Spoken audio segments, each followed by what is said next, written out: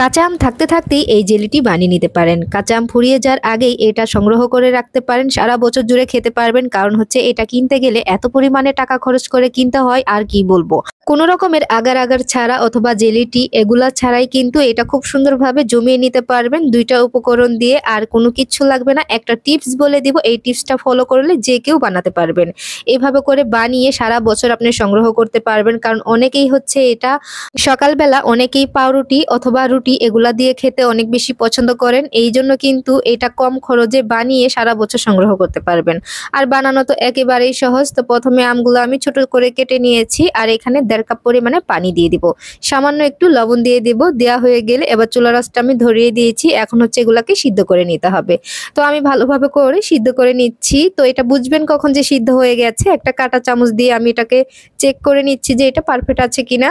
তো আমি চাপ দিয়ে দেখলাম খুব সুন্দরভাবে সিদ্ধ হয়ে গেছে। তারপর হচ্ছে আমি নামিয়ে নিচ্ছি।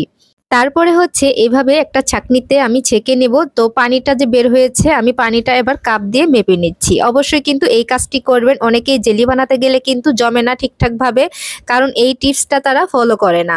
আমি এখানে 1 কাপের মতো পানি দিয়েছি, 1 কাপ চিনি দিয়েছি। এই দুইটা কিন্তু সমান সমান হতে হবে, তাহলে কিন্তু জেলিটা আপনার পারফেক্ট হবে।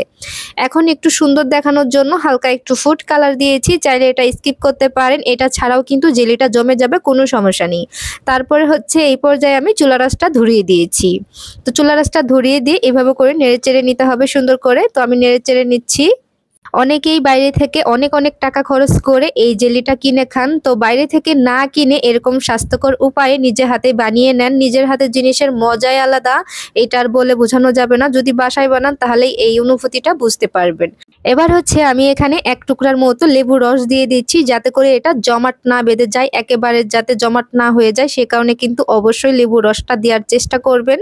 তো লেবু রসটা দিলে কিন্তু সুন্দর একটা ফ্লেভারও আসে। অরিজিনাল যে জেলি আপনারা যেটা কিনে খান ওইটার থেকেও কিন্তু অসাধারণ হয়। তো এটা বুঝবেন কি করে যে এটা হয়ে গেছে? আমি 2টা আঙুল দিয়ে এভাবে করে চেক করে নিচ্ছি। একদম আঠালো আঠালো, মানে হচ্ছে একটা তারের মতো হয়ে যাচ্ছে, তার মানে বুঝে নেবেন এটা ঠিকঠাক আছে।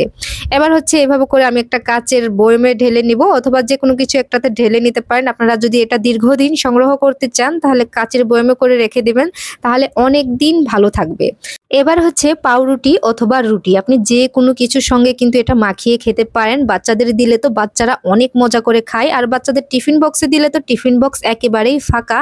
এত বেশি পছন্দ করে এটা বলে বোঝানোর মতো না। তো ছোট থেকে বড় সবাই অনেক বেশি পছন্দ করে। আর আপনারা কোন জায়গা থেকে ভিডিও দেখছেন অবশ্যই কমেন্ট করে জানাতে পারেন, যাতে করে আপনাদেরকে ধন্যবাদ দিতে পারি। ইউটিউব থেকে দেখলে আমার চ্যানেলটি সাবস্ক্রাইব করে রাখবেন, যাতে করে সবার আগে আমার ভিডিওটি পেয়ে যান।